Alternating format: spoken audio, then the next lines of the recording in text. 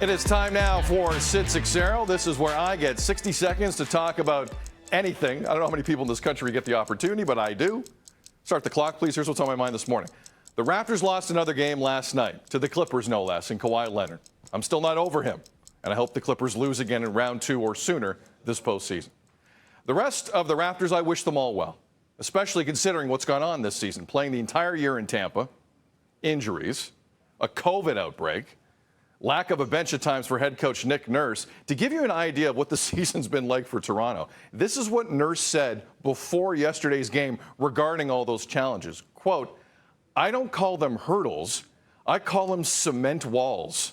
Just when we break through one, another one gets put up." End quote. Sums it up. Good times. Look, just in case I don't get the opportunity to say this again over the next little while, because it's going to be busy, I want to commend the Raptors on what they've done this season. They're not going to make the playoffs, but they didn't quit, and it speaks to their character as a team. To Kawhi Leonard, I do not wish him well. I hope he loses very early in the postseason. I'm not over Kawhi. I'm sorry. I'm 44 years old. I'm a grown-ass man. I'm not over Kawhi. Sherman Hamilton, Raptors analyst. I need to get over this, right? I feel like I have a problem. Amongst other things, yeah, you might have a problem for sure. Got a good laugh in the room, Sherm. Sherm, big picture here. Again, it looks like the Raptors aren't going to make the postseason, and not for a lack of effort. What do you take away from such a disjointed year? Do you almost have to shelve it?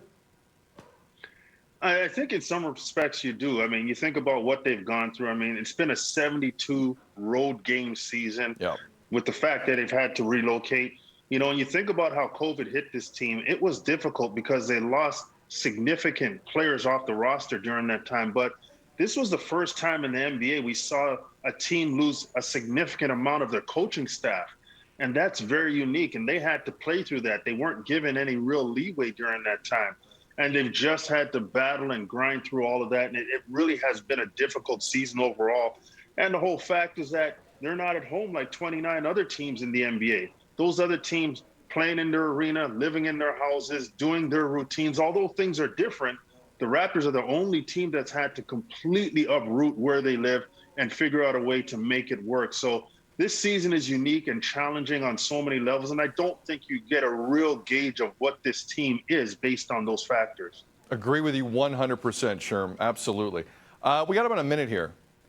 Which Raptor has impressed you the most this season? It doesn't have to be a player. It could be a coach. It could be Bobby Webster, GM, could be Masai, whoever. Who's impressed you the most? You know, I'd have to say OG Anunoby. I think when we've seen him on the floor, he's improved on so many levels, and we're seeing a continual rise in his ability to impact the game on both sides of the basketball.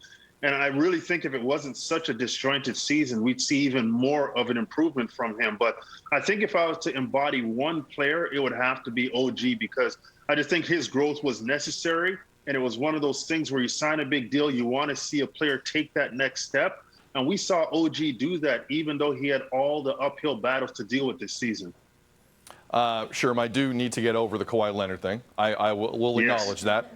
But I will never get over being a fan of one Sherman Hamilton, who I've known for years, one of the best Raptors analysts in the business and of all time. And it's a pleasure. Sherm, all the best to you. And as the NBA postseason rolls around, it should be an interesting one. Let's not be strangers. Thank you for doing this.